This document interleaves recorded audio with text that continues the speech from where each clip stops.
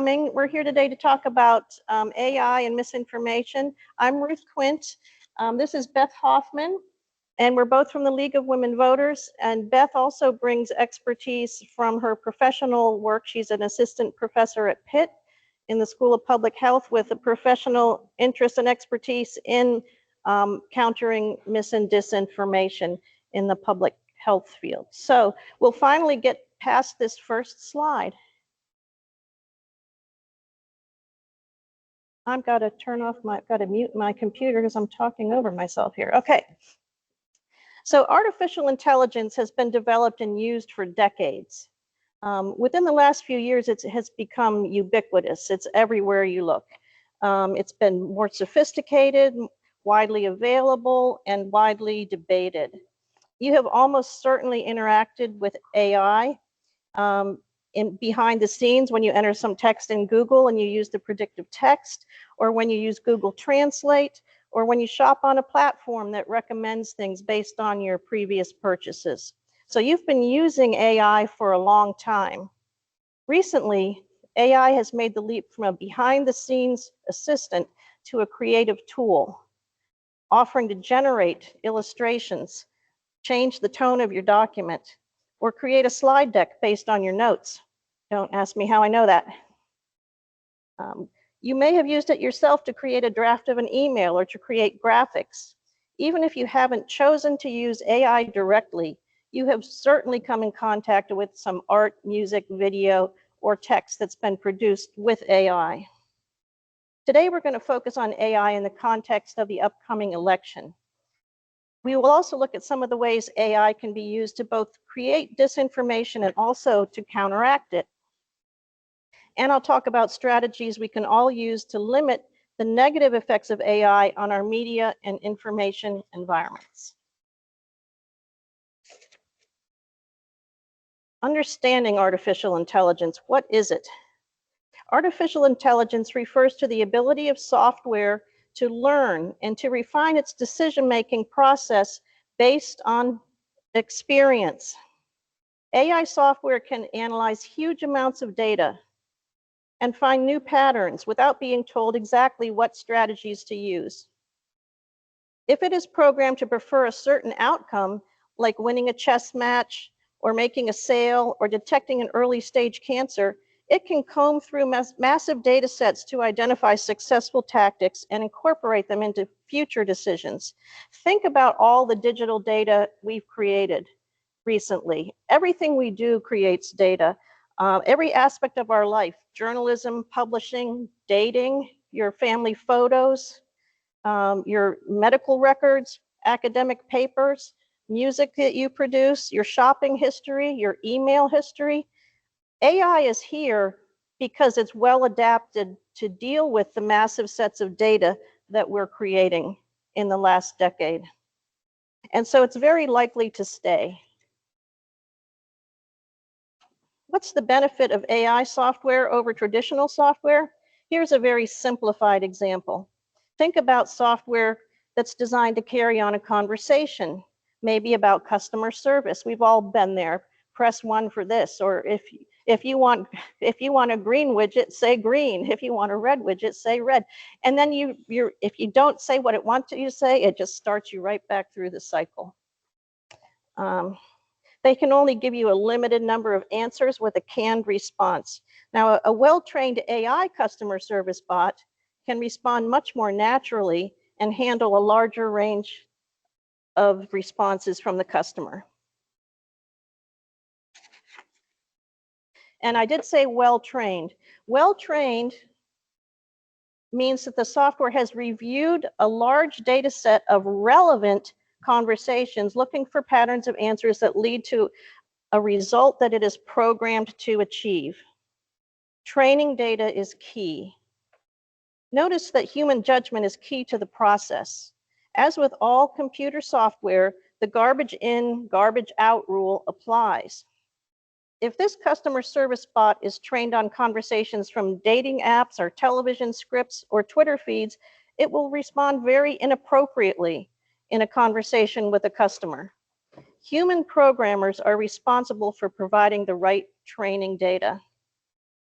The ability to learn from the experience of data is what makes AI so powerful.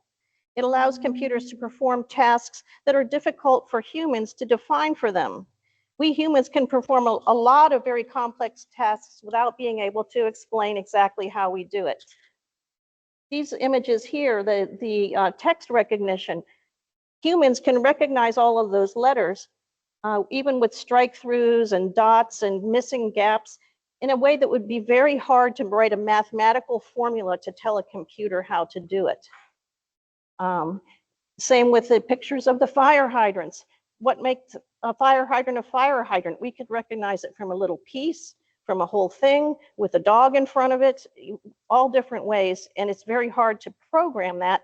It's something that we do intuitively. AI allows the program to find its own formula using trial and error to match its results to the results of a human reader, and that's what you're doing when you fill in these CAPTCHAs. You're providing data sets for self-driving cars or optical character recognition software.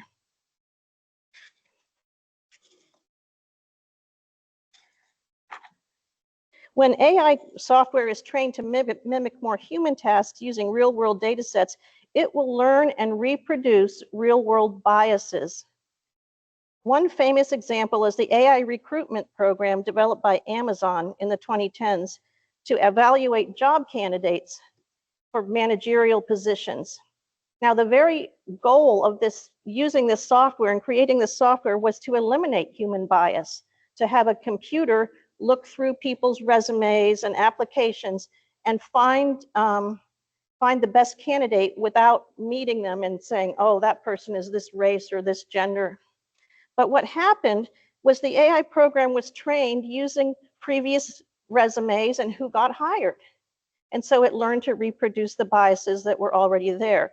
It made explicit rules in the software to dock signs that someone was a woman. So if you had attended a women's college or participated in women's soccer or led a women's health initiative, it actually had a formula, a mathematical formula to deduct points for that. So it will copy us, it copies us, and it points things out that we might not want to know about our own decisions. Image generators and bias. I made this with an AI prompt, and the prompt was a group of attractive people. Now, what's the first thing you notice about this picture? They're all young and white. Bingo. Okay. What's that? And wealthy and skinny. They have good teeth, they have good haircuts. Now, when we look at it closer, they do have some issues, but we'll get to that later. AI generators trained on images scraped from the internet faithfully reproduce racial and gender stereotypes when asked to produce an image. When prompts request pictures of attractive people or productive people, they are disproportionately likely to be images of white people rather than people of color. And early versions of one AI generator produced highly sexualized images of women when they were asked to produce a certain race, because they had scraped the images from pornography sites. So they'd say Asian woman, Latino woman, and they would produce just like a Playboy bunny. Okay. After cleaning up the data sets and retraining the software, it could in fact produce women of all different sizes, shapes, ages, and performing everyday activities when asked to produce a Latino woman. Attempts to correct these biases after the fact are often clumsy. In one case, an image generator corrected for racial and gender bias produced an image of a football team winning the Super Bowl, was the prompt, football team winning the Super Bowl that included 50% women on the team. So in other words, AI is not as intelligent as you think. It's doing what you tell it to do. You have to feed it the data set. You have to tell it what it's going for and when it's successful.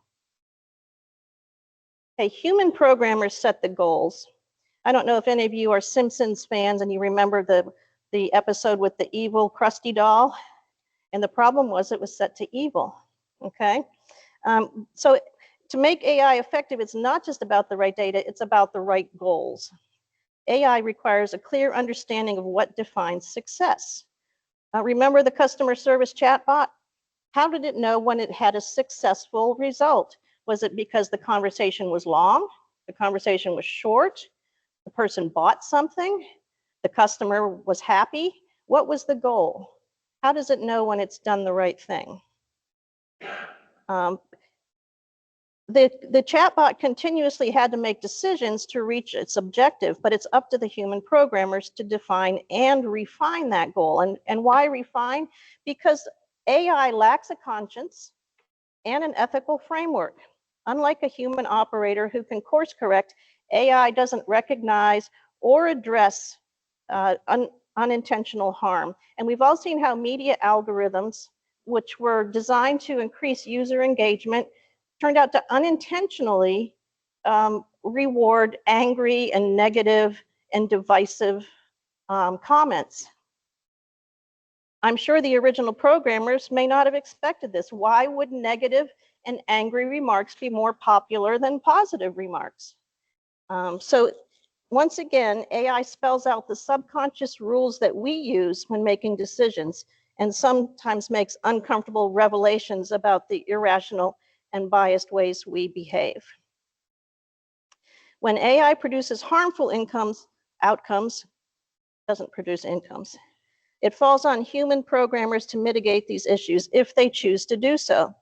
It's not a matter of simply toggling a good and evil switch, and modifying the program can lead to new unexpected behaviors. So you have to constantly watch it, see how it's doing, and adjust.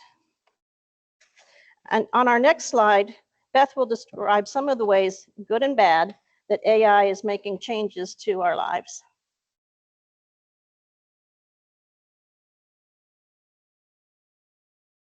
Thank you, Ruth, and thank you all for being here today.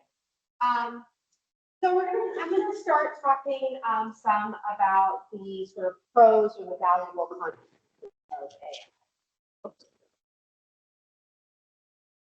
Now I'm going to keep talking. Thank you. So one of the best examples is the recent breakthrough in understanding protein folding. This has been an important area of medical research, and for decades, researchers have been working to build a database of 3D molecular shapes of millions of proteins, tens of thousands of which are important in human biology. Many developmental disorders and disease processes are caused by errors in proteins, but the problem is extremely complex, and assembling one protein structure can take a lab several years to determine. In 2020, an AI program called DeepMind was trained on the set of proteins already analyzed and was able to solve even extremely complex protein structures with a degree of accuracy matching laboratory research, and far exceeding the results of conventionally programmed software. AI can also take a lot of busy work off our hands. It's increasingly able to create first drafts of reports or presentations, which as a professor, I will talk a little bit more about shortly, how that can be a double-edged sword, or convert one type of document to another, performing some of the time-consuming work often performed by junior staff or interns. Even computer programmers now rely on AI to come up with algorithms they need for putting together a software application or for writing some code. Zoom, for example, can convert the transcript of a meeting into a summary or notes.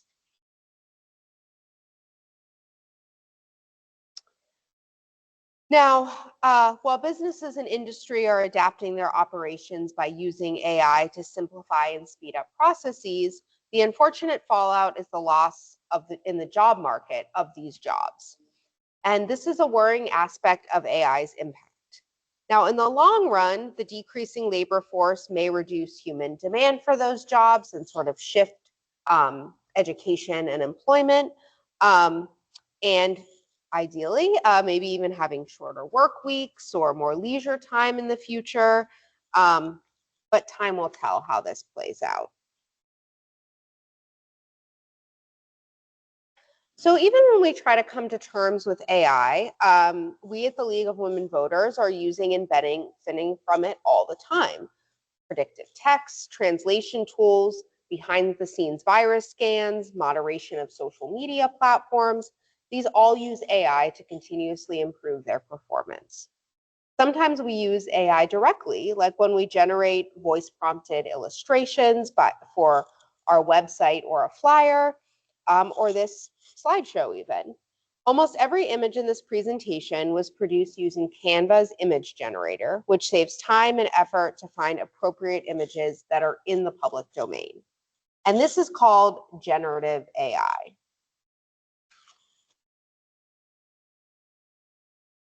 So generative AI is definitely more problematic or has more sort of cons compared to other forms of AI.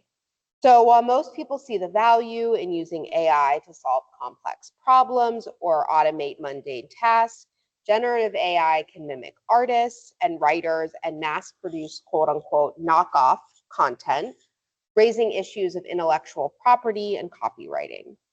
While Van Gogh is not around to be worried about this awful Christmas tree painting, what about an AI-generated Taylor Swift song sung in her AI-generated voice, or an AI-generated Stephen King novel? And when AI has been trained using footage of public figures, it can learn to imitate their voices, their speech patterns, and physical mannerisms. Video and audio content produced by the AI can be very realistic, although there are some telltale signs it can be fake. But telltale signs or not, viewers aren't in the habit of questioning this type of content, and false information can spread widely before it can be debunked. Just a personal story to share. I'm not sure how many of you are familiar with the TV show The Pit, but I've kind of worked and done some consulting with it. And I ended up getting basically a fake Noah Wiley, the main actor. A fake Noah Wiley left me a voice memo through Facebook Messenger, and only when I looked up and realized the Facebook page was based in Nigeria did I put two and two together, but it was spliced together perfectly. It used my name, and so even I, someone who studies misinformation for a living, almost fell victim to a deep fake. Okay, so in the academic world, as I alluded to earlier, teachers, professors, and students also have to contend with AI-generated research papers or other documents that are increasingly hard to detect. So I'm going to bring up an example of this, and to set up the example, let's look at this graph from the website Spurious Correlations. This is a great website full of graphs of things that are highly correlated, but pretty clearly not causative. I found this website really helpful when explaining to friends and family the difference between correlation and causation. So this particular example from the website shows the correlation between frozen yogurt consumption and violent crime. So does anybody have an idea of why these might be correlated, what might be missing in terms of a causative effect? I'll give you a hint, they both tend to go up in the summer. Any idea what in the summer causes us to eat more frozen yogurt? Hot, right. And there's also been some work that's shown that when it's hot and people are outside and angry, there is an increase in violent crime rates. So temperature goes up in the summer, and so often those temperature swings are what is kind of correlated. Through the years, we've also moved more into the luxury ice cream market, and there's also been like Ben and Jerry's and things, and there's been other reasons why violent crime rates have gone down. Okay, but as these screenshots from the website shows, AI is able to generate a fake explanation of why decreased frozen yogurt causes decreased crime rates. On the website, it also links to this very real looking but totally fake academic paper. So later on, we're going to talk a little bit about how to spot AI-generated reports or papers, but it's important to keep this in mind in an era where it can be possible to ask generative AI tool to create a research paper that, quote unquote, kind of proves anything. Okay, so I think you can all now see how AI is what we might call a disruptive force. That doesn't necessarily mean it's bad. You could pick any one of these technologies listed here and list many ways in which society changed as they were adopted, for better or worse. In each case, categories of workers were displaced along with the old technologies. Society rebuilt infrastructure, created regulations, modified architecture, and invented pop culture around the changes. So AI is just the latest addition to this list. There are indeed significant societal costs to technology change. We can list many negative effects of cars or smartphones on our own lives, even while we eagerly adopt them and enjoy their benefits. So technology has always shaped how we communicate and distribute information. Advances in technology from the printing press onward have tended to spread access to information. The internet has expanded the ability to publish information widely, transforming the way we communicate and find our news. With so many news sources now available, market forces are undercutting traditional investigative journalism, which can allow misinformation to thrive. So AI has already been an integral part of creating and spreading disinformation, mainly in the form of chatbots and newsfeed algorithms. The internet was hugely destabilizing to the media environment. First wave AI like chatbots and micro-targeting added to the problem. And now we have generative AI. And so now I'm going to have Ruth come on back to talk a little bit about this disruption.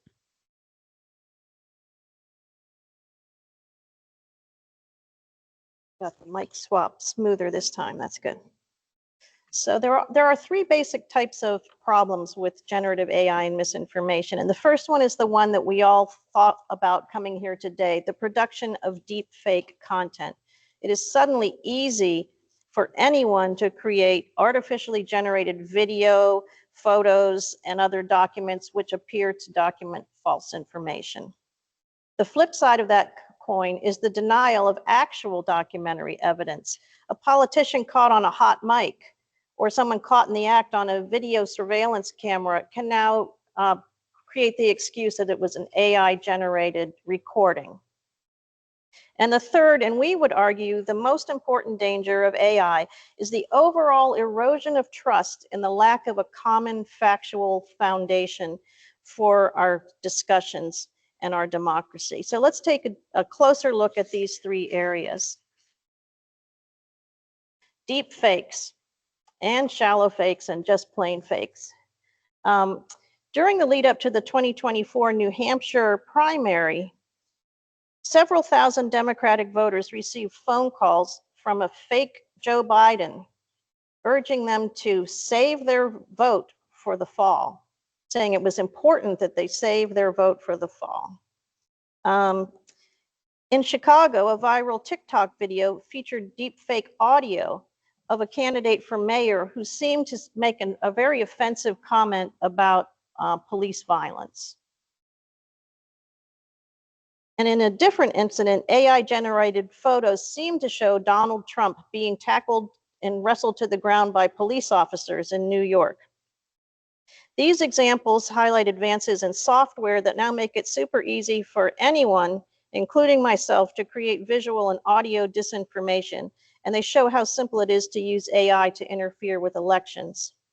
But just because the software has become more sophisticated since the last presidential election cycle, does that mean that the disinformation it creates is really any more sophisticated or harder to refute? Not so much. We'll look at ways to push back against AI disinformation later in the presentation, but for now it's worth noting that there are low-tech ways to achieve the same results. We've been able to do computer-generated video, Photoshop our photos, and create all kinds of false content. It just took us a little more effort than saying, hey, make me a video of Donald Trump saying this. Okay, so all of these deep fakes were very easy to debunk with a simple call to a campaign office. Did they say that? Did they not say that? Or a check of the candidate's schedule. They weren't in the spot where this supposedly happened. So it's possible to find the truth. The second is discrediting documentary evidence. There have been several incidents lately in which public figures have used the AI card to deny responsibility for their remarks. The incident shown on this slide involved a secretly recorded conversation, but other incidents involve public speeches in front of thousands of people, and people say, oh, that's AI. That recording is AI. Okay. Claiming that compromising recordings are AI generated is adding plausibility to the claims of fake news.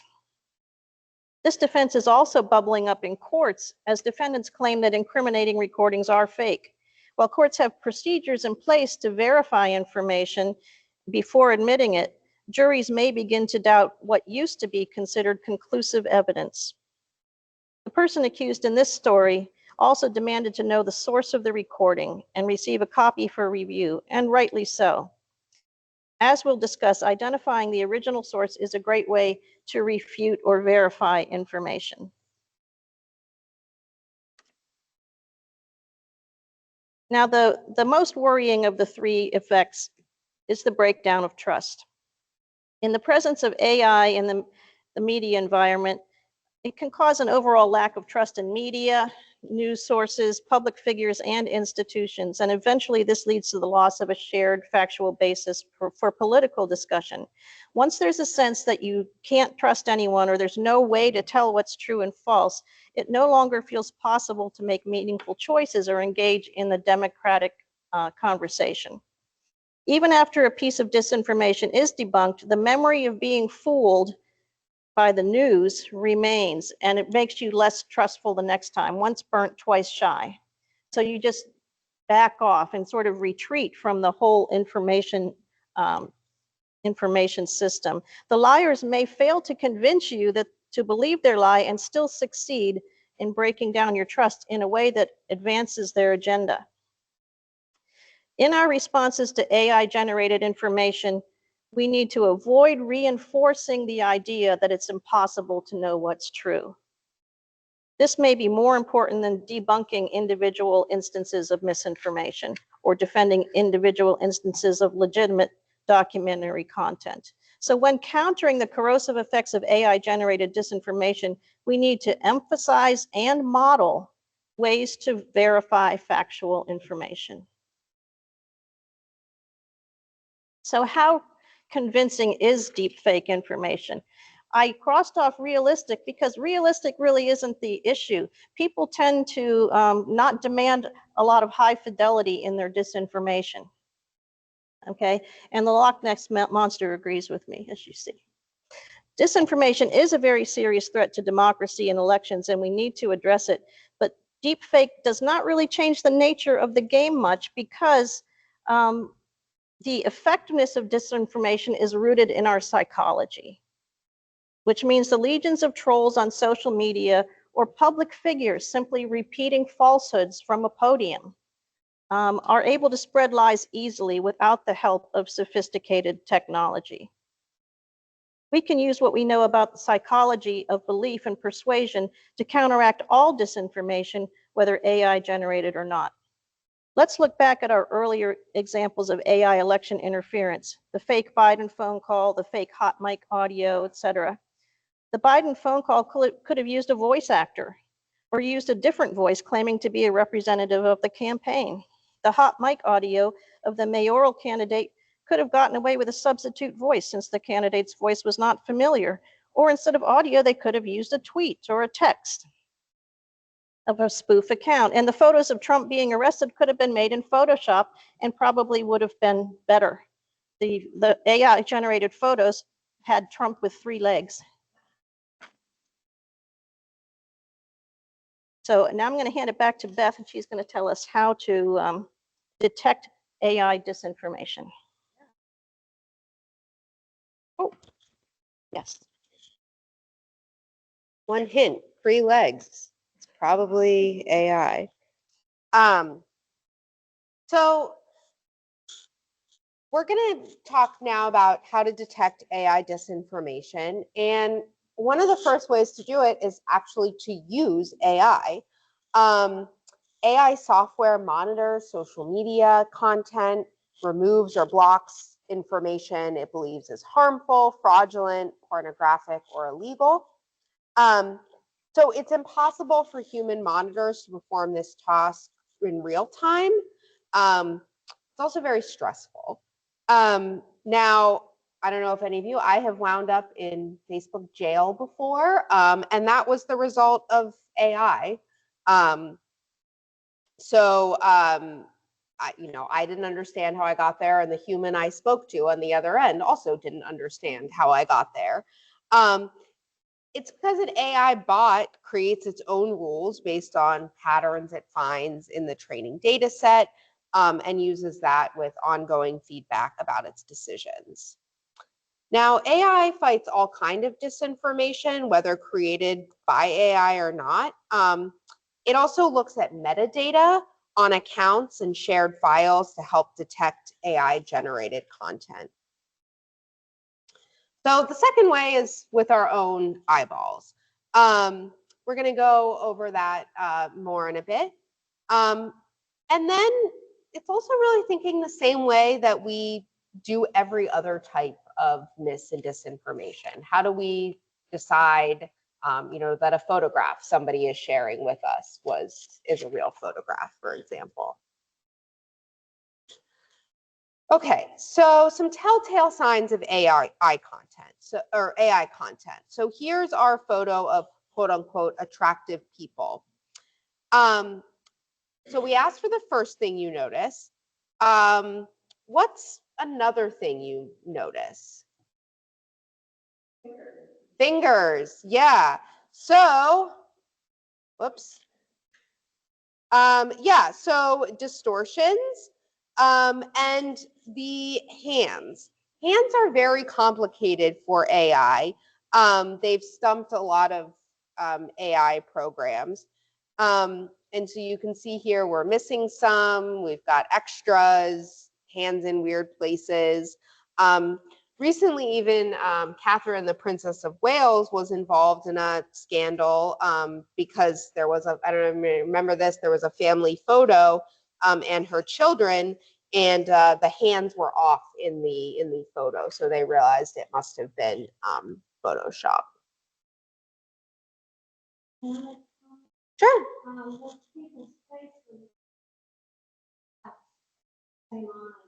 Yeah. Yeah, that's a good, looking for those patterns and seeing do they look exactly the same is another good. Right, yeah, because again, it only has set, it doesn't know how to be as complicated as us actual humans are. That's a great, thank you for that. That's a great point. So in terms of chatbots, they in some ways can be more dangerous because it's easier to create a fake person if you don't have to draw any hands or draw multiple sets of eyeballs and noses.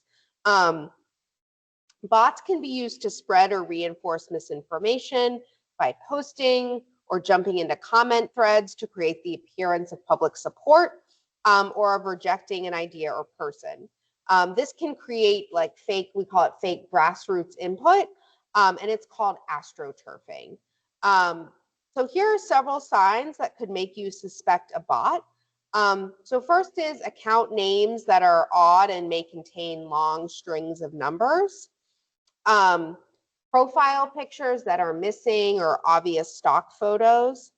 The account may follow a lot of other accounts, but has few followers itself.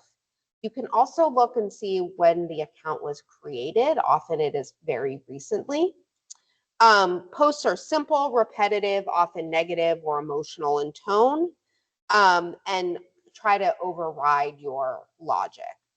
So monitoring software can also look for multiple accounts created simultaneously, IP addresses that do not match the supposed location of the account, or an account which is posting much faster than a typical human.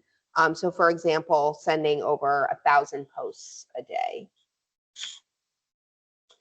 So there are plugins available that can help tell if an account is a bot or not. They're always playing catch up. They're not always the most reliable, but it can be a starting point. Bots are very easy for software to detect and remove. They're also incredibly cheap and easy to operate, which is why they proliferate so quickly. So some telltale signs of generative AI use. Earlier, I talked about how it's possible to use generative AI to create reports or academic type papers. So here are some key signs that an author of a report or paper or student in a class has used AI to write it.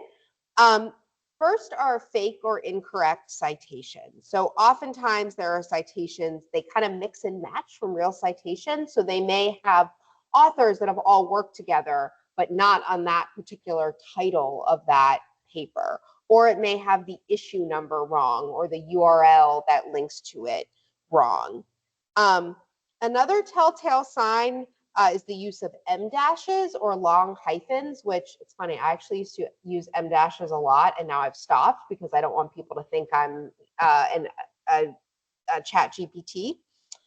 Also, we'll often use very fancy sentence structure and overuse transitions and fancy transition words like moreover and henceforth and therefore and things that, particularly thinking of, okay, who was writing it? Would that, that person at that level of student or something like that be using such fancy transitions? Also, overly polite wording and both sides arguments. Generative AI doesn't like to take a stand.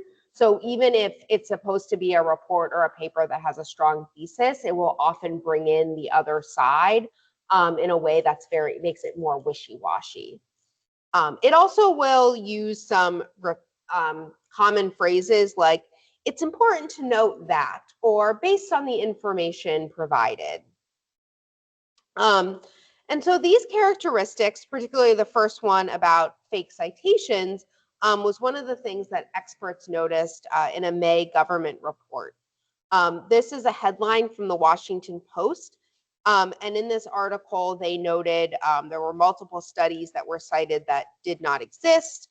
There were at least 21 links in the reference section too that were broken or went to the incorrect citation.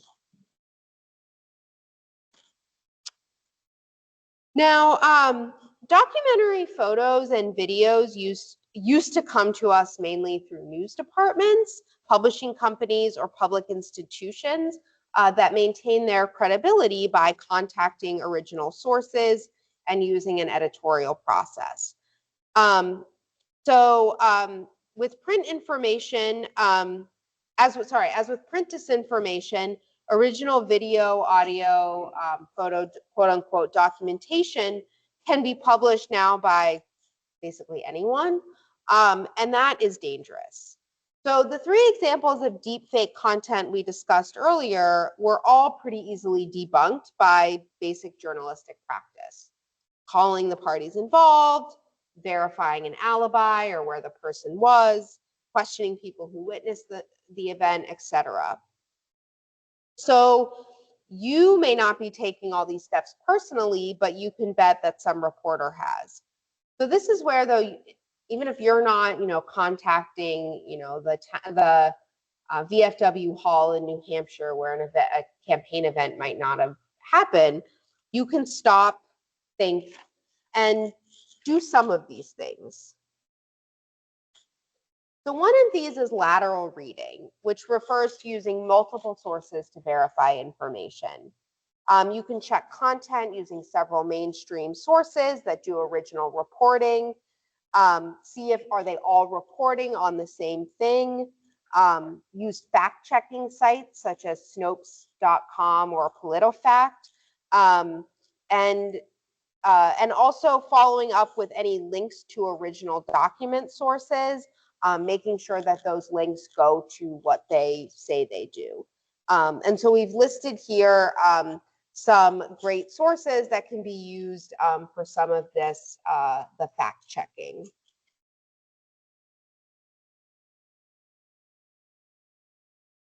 Also, building our resilience to disinformation. There's a quote from The Economist that says, societies will adapt to the fakers. People will learn that images, audio, or video of something does not prove that it happened any more than a drawing of it does. Online content will no longer verify itself, so who posted something will become as important as what was posted. Assuming trustworthy sources continue to identify themselves securely via URLs, email addresses, and social media platforms, reputation and provenance will become more important than ever. So it may sound strange, but this has actually been true for most of history. This era of trusted, mass-produced content was the exception. The fact that people may soon struggle to spot the invisible hand of AI does not mean the marketplace of ideas is doomed. In time, the fakes that will thrive will mostly be the funny ones. That was a really long quote. Thanks for sticking with me. Returning to verified sources on or off the internet is a crucial step in combating disinformation. So we can all participate in stopping the spread of this misinformation. And that includes, when somebody shares something with you, doing that stop, let me check, let me do some lateral reading. Just sharing personally, if there's a big event that happens, I try to look at some local news coverage, national news coverage, and even international news, and then sort of piece together, are they all saying the same thing? Are they saying different things? And then thinking why that might be. Okay. And with that, I'm going to turn it back to Ruth for some rules that will close us out.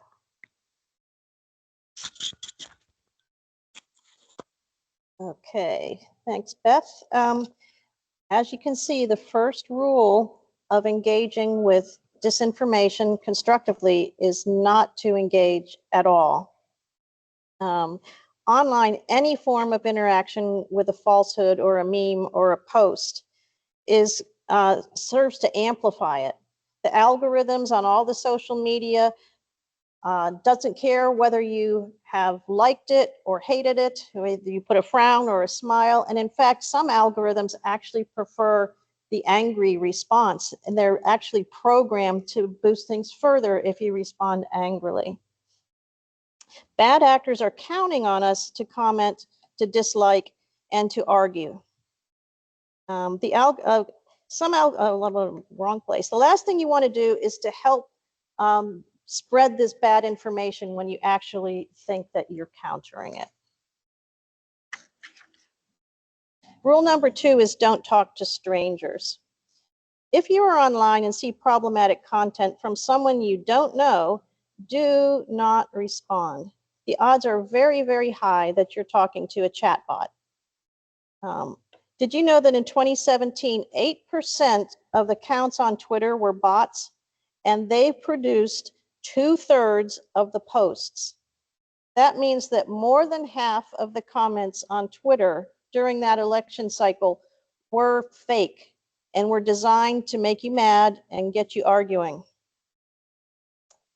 When you talk to strangers online, you are almost always arguing with a brick wall, and in most cases, a brick wall that has been specifically programmed to keep you arguing. So you don't want to do that. Even if you never debate online, it's good social media hygiene to limit your contact and privacy settings to people you actually know in real life. So the friends that you have or think you have from all around the world that you've never laid eyes on, time to clean those guys up. All they can do is help spread misinformation, and you don't know who they are or what their motives are. How you help spread information and disinformation. This is a personal story of mine. I have a friend, Jackie, and she's a Facebook friend, and she knits. And so very often she posts patterns of things that she may or may not knit. And she'll say, oh, would this look good on me? Should I do this one? And we'll comment back and forth. And that's what I thought I was doing here. I thought I was making a little witty remark that Jackie had posted this on her page. Wouldn't this be cozy? And I said, oh, you know, it looks like we've just invented the bathrobe, ha, ha, ha. Well, she hadn't put it on her page. She had made a comment on a public page. So that's the first lesson in this mistake, was that when she posted on the public page, I'm not new to social media. I just assumed when I saw it that she had posted it. So if you make a comment, even a negative comment, correcting misinformation on a public post, your friends will all see it come across their feed with your name on it. And they, just at a glance, may assume that you posted this. Okay, so that's the first thing to look out for. The story continues, though. I quickly realized that I had posted to a public page instead of on my friend's page because of the number of likes and reactions that started coming through. But hey, what could go wrong on a knitting page, right? So a bot came in. Ruth, why spread your hate? If you don't like something, just move on. No one needs your negativity. Okay, so this came up. They had tagged my name in it. And so it came up on all my friends' feeds. And suddenly I had all of my friends jumping in to defend me from all over the country. And there was this big, long conversation about who could and who couldn't take a joke and whether I was being negative or not negative. Went on and on and on and on. And so why am I sure it's a bot? For weeks, the same account would periodically repost exactly the same comment just to get the argument started again. And the motivation of that bot was to get more eyeballs on that knitting page. That's what it was probably paid to do. You can buy commenters to boost your traffic and increase your advertising rates. So the more you argue or engage, the further the post reaches. And public debates with bots and strangers are extremely useless and counterproductive, and very easy to do, even when you don't think you're doing it. And next, Beth is going to talk about some ways to engage. Just with this specific example. Uh-huh. So how would have you prevented that, other than you said you realized it after you did it because of all the likes and everything? But how would that have, how would you know stop and not comment? How would you know that you're not posting private page? Well, like I said, I could have been more careful, because if I had really read the post, it would have said, I could have seen it was Knitting Pattern Buddies and not Jackie that had posted the original thing, and seen where I was posting. But it was just, it was such an easy mistake to make. And sometimes you can erase your own comments, and I could have gone in and erased the comment, but I kind of thought like, well, what's done is done. It's a knitting page, you know, whatever. But after the conversation died down, like I said, it would jump back up once a week. Like, let's start this fight again. We'll get more traffic on our page, you know. Okay, so I'm going to hand this back over to Beth.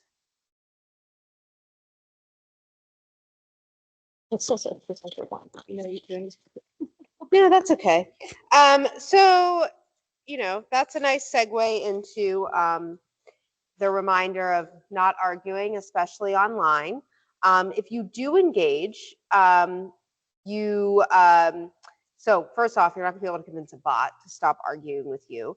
But then also every time you're responding, it's boosting that further and further and getting more traction.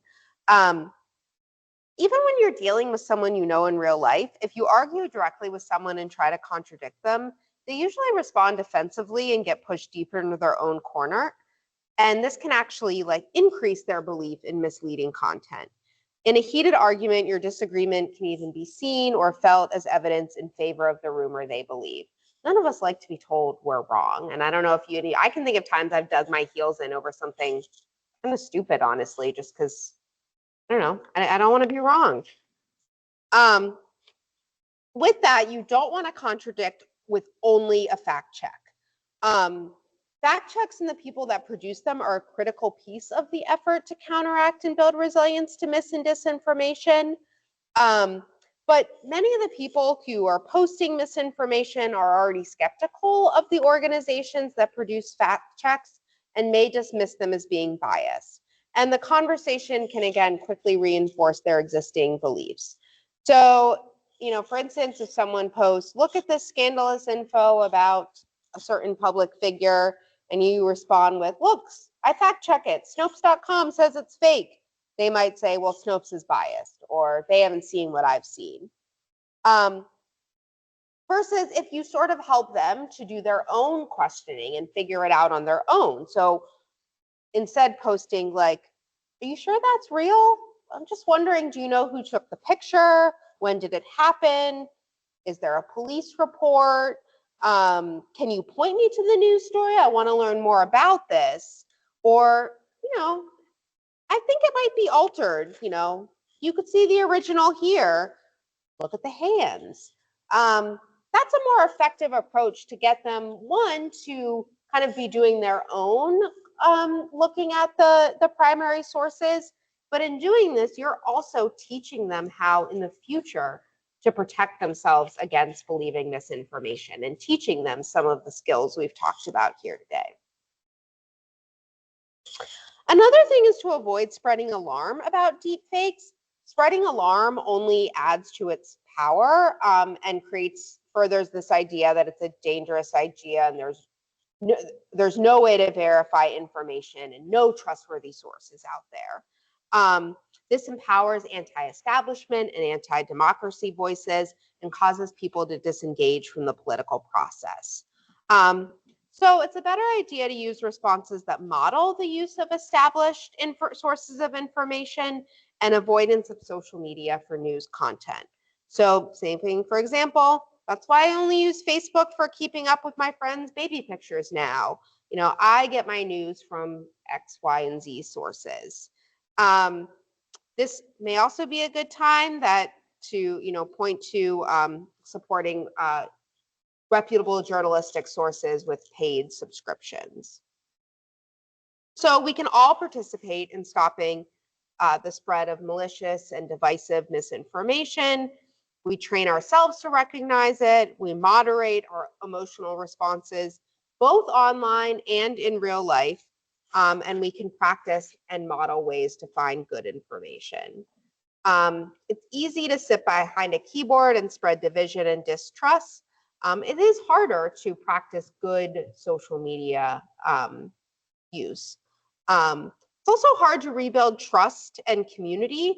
And again, this works best with small scale personal connections and conversations. Just because it's hard to do doesn't mean it's not worth doing.